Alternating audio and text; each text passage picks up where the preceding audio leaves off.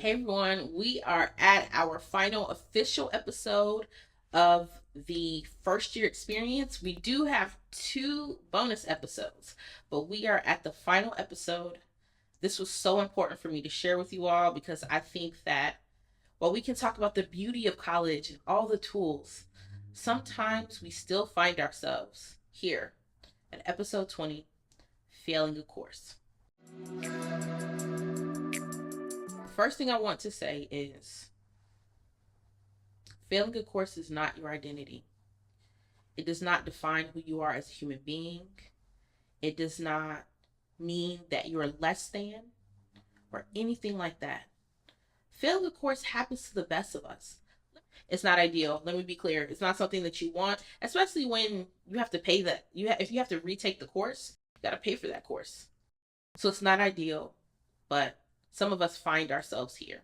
And so if you find yourself here, I'm talking to you. It might feel like all is lost, but it is not. The other thing I will say about failing a course is sometimes we're failing courses because we have too many credits. Again, we might not be asking for support. We might not even know how to ask for support. We might not have been as prepared as we thought we were.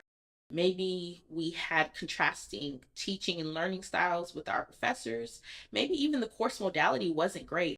Everyone's not great as online students. There are some of us who want to be in person or need to be in person. Or maybe you want to be in person and you can't be in person.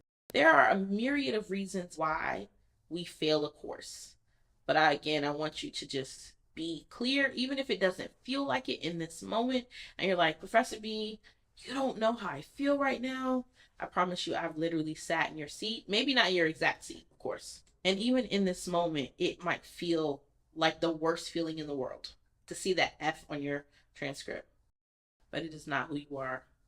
And this might feel like I'm giving a pep talk. I am. But just know it doesn't have to be the stopping point in your education journey. Number 2, this is tough, but I will say, failure teaches us lessons that success can't. And so after we go through the experience of processing the failed course, we also want to think about what are some lessons we've learned along the way. So again, in failure, you might realize, oh, maybe I need to be in person. Or maybe you had all in person classes and you're like, oh, let me try online. Or maybe you need a hybrid class. Or hey, this is not the major I want. Number 3, I've already shared this, but just know you are not alone. Lots of people have failed courses. This is a club that I don't want you to join. But just know if you find yourself in this club of people who failed a course, you're not alone. That being said, let's talk about next steps. Go through your grief process to acceptance, right? Go through the process of you wish that you would have had a better grade, the bargaining, the anger, all the steps of grief to get to acceptance. Once you get to a place of acceptance, I encourage you to not hold on to these feelings, to share with a loved one or friends you trust. We want to talk to a mentor so that they can help you think about what are your next steps? What might you do differently for the next semester? Also, with our next steps, we're resting. The semester is over. If the course is done, the course is done. And then finally, enjoy your break. Sometimes we hear things like, oh, people don't know, like young people don't know consequences. Young people don't take accountability. All this and that. You don't have to punish yourself over and over again because you failed a course. It happened. We're taking some steps to move forward. During the break, you can still enjoy yourself.